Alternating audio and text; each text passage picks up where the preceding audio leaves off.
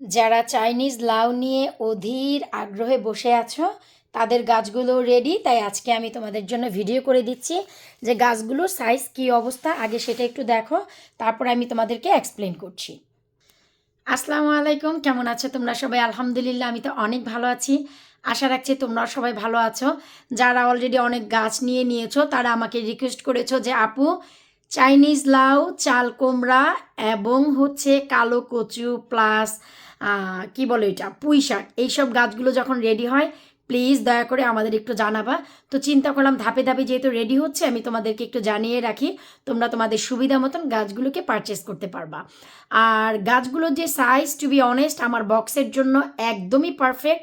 আর এই চাইনিজ লাউ নিয়ে কোনো টেনশনের কিছু নেই। এই যে আজকে হচ্ছে আমি তোমাদের ভিডিওটি দিতে যাচ্ছি, হয়তো 1-2 দিন পর তোমাদের কাছে যাবে। আজকে কিন্তু তোমার 21 তারিখ এপ্রিল মাসের, এই জন্য আমি বলছি যে তোমরা মাত্র 8 থেকে 9 দিন ঘরে রাখবা। মে মাসের 2-3 তারিখে আমি নিজেও এই চাইনিজ লাউ বাইরে দিয়ে দিব।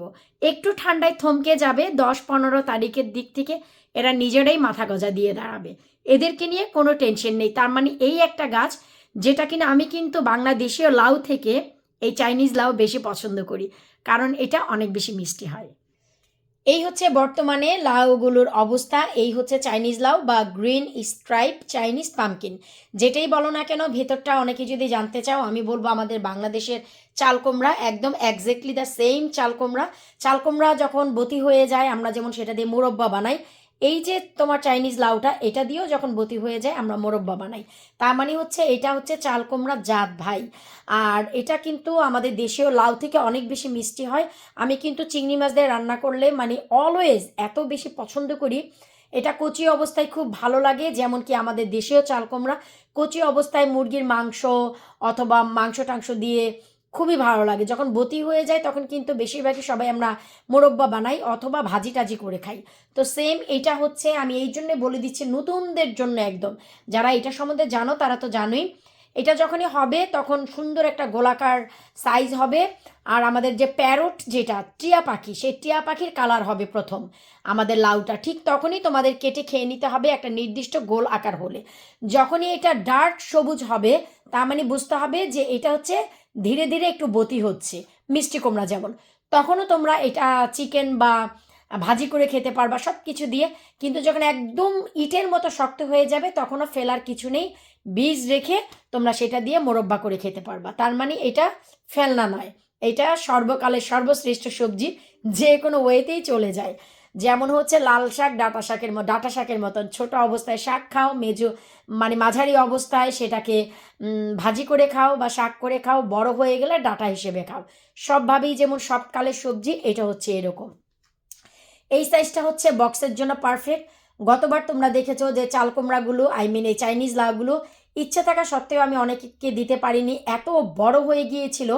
এগুলো হচ্ছে তোমার ফেসবুক এবং মেসেঞ্জার বলো, আশেপাশে যারা, তারা কালেক্ট করে নিয়ে গিয়েছিল শেষমেশ, কারণ আমি দিতে পারিনি। সবাইকে পেঁচিয়ে পেঁচিয়ে অনেক কষ্ট করে দিয়েছি। এবার আসলে আমি আর তা করবো না, তোমরা এই অবস্থায় নিয়ে নাও প্লিজ। মাত্র 1 সপ্তাহ ঘরে রাখলে এই গাছগুলো তোমার ঠিক এই রকম লতালো হয়ে তোমার ঘরের শো পিসকে পেঁচিয়ে ফেলবে। এই যে দেখো। সো আমি চাচ্ছি না যে এই অবস্থা করুক ঘরের ভিতরে আর লাঠি গোটা দিতে। তোমরা মাত্র 1 সপ্তাহ ঘরে রাখবা, তারপর বাইরে দিয়ে দিবা নিশ্চিন্তে। আমি দেওয়ার পরই দিও, আমি জানি আমি না দিলে তোমরা কেউ সাহস পাবা না। সো আমারটাই আগে দিব, তারপর তোমাদেরটা দিও, নো প্রবলেম। সো এই হচ্ছে, আমি যেহেতু গতবার অনেক সাফার করেছি তাই এবার খুবই সংক্ষিপ্ত আমি বানিয়েছি। এত সংক্ষিপ্ত যে কি আর বলবো, মাত্র 10 পিস বানিয়েছি। সো যার যার দরকার হয় ফোন রাখো labunikitchen.co.uk, আমার ওয়েবসাইটে যাও, ঝপ ঝপ করে তোমরা হচ্ছে এই যে কি বলে চাইনিজ লাউ অর্ডার করে ফেলো। আর যারা জানতে চাচ্ছিল যে ধুন্দুলের গাছ মোট কয়টা আছে, তাদের জন্য বলে দিচ্ছি ধুন্দুলের গাছও খুবই সংক্ষিপ্ত আছে, দেখতেই পাচ্ছ। মাত্র এখানে 3টি, এখানে 3টি, 6টি পট, আরও একটি পট অন্য সাইডে আছে, 7টি পট আছে। যার লাগে নিয়ে নাও। গতকালকে আমি 4টি পোস্ট করে দিয়েছি, আজকে 4টি। সো এই 7টির বেশি আমার কাছে আর নেই। এই বছর আমি প্রতিবার যেমন করি, প্রথম ধাপ, দ্বিতীয় ধাপ, তৃতীয় ধাপ পর্যন্ত আমি কিন্তু গাছ লাগাই তোমাদের জন্য। আর এই যে দেখো, ঘরে আমি এই মাত্র লাঠিটা এনে দিলাম, এই এই জায়গায় লাঠি সেট আপ করলাম, আমি দেখাচ্ছি। এই যে দেখো লাউ গাছ, এই যে দেখো লাউ গাছ, লাঠি আমি সেট আপ করেছি। এপাশে দেখো শিম গাছেও আমি এই যে লাঠি সেট আপ করলাম, পিছনে করলা গাছেও দেখো লাঠি সেট আপ হয়ে গেছে। শুধু তাই না, এই পটে যে আমার লাউয়ের গাছ অবস্থা দেখো, এখন হচ্ছে এখান থেকে কাটবো, ভর্তা খাবো, আর একটু বড় হবে ডগা পাতা দিয়ে শাক রান্না করে খাবো, আর একটু বড় হবে এইখান থেকে লাউ ধরায় আমি খাবো। তোমাদের মানে কি বলবো, তোমাদের জন্য বানিয়েছি, তোমাদের গাছগুলো এত চমৎকার হয়েছে, লোভে পড়ে আমি নিজেও তোমার গাছ লাগিয়ে দিয়েছি। যেই কারণে দেখো এখন আমি সাফার করছি। আমি চাচ্ছিলাম যে আমি একটু পরে লাগাবো, যেন একটু বড় হলে আমি বাইরে দিয়ে দিতে পারি ওই সময়টায়, কিন্তু না, লাভলি ভিউয়ার্সকে আমি গাছ দিব, আমার ঘরে গাছ থাকবে না, লোভী মানুষ তো। এই যে দেখো লোভে পড়ে কি অবস্থা এখন। আর করলা গাছগুলো যাদেরকে দেয়া হয়ে গেছে, বাকিগুলো আগামীকালকে পোস্ট করব। দেখো এখানেও আমার লাঠি কি অবস্থা, বড় হবে না কেন রে ভাই? মানুষের সাথে সাথে দেখো আমার গাছপালাও এক্সারসাইজ করছে, আমাদের কোনো জায়গা নেই এক্সারসাইজ করার, এরা কিন্তু করছে চমৎকারভাবে। এই যে দেখো শিম গাছে অলরেডি ফুল চলে এসেছে, আলহামদুলিল্লাহ বলো। এই যে এই শিম গাছটা অনেক বেশি লতালা হয় না, আর হচ্ছে খুব সুন্দর, খুব সুন্দর হচ্ছে লতা হয়ে যায়। আমি যে বললাম আলহামদুলিল্লাহ বলো, আমার হাজব্যান্ড হচ্ছে সিটিং রুমে, সে শুনেই বলছে আলহামদুলিল্লাহ।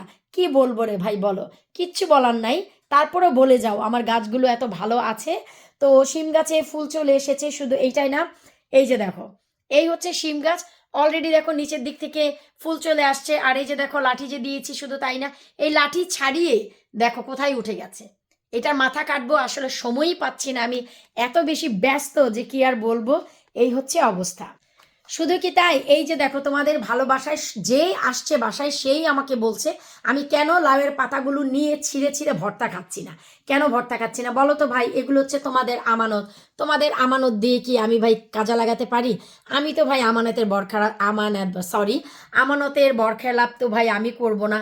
তোমরা নাও, নিয়ে তোমরা ছোট ছোট পাতাগুলো, নিচের পাতাগুলো দিয়ে ভর্তা খাও, তরকারি খাও, বা অনেকে আছে এটা দিয়ে ঝোল করে মাছ খাও, যা খুশি তা খাও, কারণ মে মাসের লাস্ট মানে শেষের আগ পর্যন্ত তোমরা কিন্তু এগুলি বাইরে দিতে পারবে না। আমি নিজে আমার ঘরের গাছ থেকে পাতা ছিঁড়ে ভর্তা খাবো পাটাই বেটে, সেই ভিডিও তোমাদের কাছে আসবে। সো বুঝতেই পারছো এই হচ্ছে অবস্থা। আর যারা চাল কুমড়া সম্বন্ধে জানতে চাচ্ছিলে, এই হচ্ছে চাল কুমড়া। চাল কুমড়াগুলোকে আমি জাস্ট একটা সপ্তাহ সময় দিব, তারপর রেডি হয়ে যাবে। আর সময়ের অভাবে এই যে দেখো এটার ভিতরে হচ্ছে তোমার পুঁই শাক, আমি এখনো রিপোর্টিং করিনি, ইনশাল্লাহ আজকে বা কালকে রিপোর্টিং করব। রিপোর্টিং করলে উইদিন 1 উইক আমি দিব, তারপর তোমাদের আঙিনায় চলে যাবে। কারণ পুঁই শাক তোমরা ইচ্ছে থাকা সত্ত্বেও কিন্তু মে মাসের 28-29 না, একদম জুনের 2 থেকে 5 তারিখের আগে দিতে পারবা না, ইউকে ঠান্ডার কথা বলছি। সো এই জন্যই আমি বলবো ঝটপট করে lavaniekitchen.co.uk-তে যাও। আর তোমরা যেই গাছগুলোর জন্য রিকোয়েস্ট করছিলা সেগুলোকে অর্ডার করে ফেলো চাইনিজ লাউ, কারণ হচ্ছে এই চাইনিজ লাউ কিন্তু তোমাদের ঘরে রাখতে হবে না, সরাসরি বাইরে দিয়ে দিবা। এই বছর আমি 2-3 ধাপে কিন্তু বীজ দিচ্ছি না। নিশ্চয়ই তোমাদের মনে আছে গতবার হচ্ছে আমি আমার লাউয়ের চারা তোমাদেরকে দেওয়ার পর আবার নতুন করে আমি একটা ব্যাচ করেছি 50টা লাউ গাছ দিয়ে, তারপর আবার একটা ব্যাচ করেছি আমি 70টা লাউ গাছ দিয়ে। তারপরেও যারা অনেকেই বলেছে, আমি বলেছি যে না, জুন মাসের 10 তারিখ হয়ে গেছে, জানি যে এখন লাউয়ের বীজ দিলে তোমার লাউ গাছ হবে, কিন্তু সেই লাউয়ের গাছ থেকে ফলন পাওয়া এত ইজি না। যারা লন্ডন থাকো তাদের জন্য ইজি, তারা যদি জুন মাসে কেন মে মাসের 20 তারিখেও যদি বীজ দাও, টু বি অনেস্ট তোমরা সামারে লাউ খেতে পারবা। কিন্তু যারা একটু বাইরের দিকে থাকো, যেমন বার্মিংহাম বা অন্যান্য দিকে, তারা কিন্তু পারবা না, শুধু শাক পাতা খেতে পারবা। এই জন্য আমি শুনিনি। আর এই বছর আমার অন্যান্য কমিটমেন্ট আছে, মে মাসে অনেক কমিটমেন্ট, তাই আমি আর দ্বিতীয় ধাপ তো ডেফিনেটলি করব না। প্রথম ধাপের গাছগুলো তোমরা নিয়ে নাও। তোমাদের কমেন্ট আমাকে এত ইন্সপায়ার করছে, আমি নিজে অনেক প্লিজড যে আমার প্যাকেজিং নিয়ে তোমরা অনেক হ্যাপি, আমার গাছপালার সুস্বাস্থ্য নিয়ে অনেক হ্যাপি। তোমরা সবাই বলছো যে আপু তোমার গাছগুলো এত সুন্দর কেন? আমি বলবো যে তোমরা সুন্দর, তাই গাছগুলো আমাকে সুন্দর বানাতে হয়, না হয়তো তো কোনোরকম বানিয়ে তোমাদের দিয়ে দিতাম। এটা হচ্ছে কথা, তোমরা এত ভালোবাসা দাও, তাই আমি আসলে আমার সম্পূর্ণ পরিশ্রমটা গাছে দিই। বিদায় নিচ্ছে আজকের মতন, আল্লাহ হাফিজ।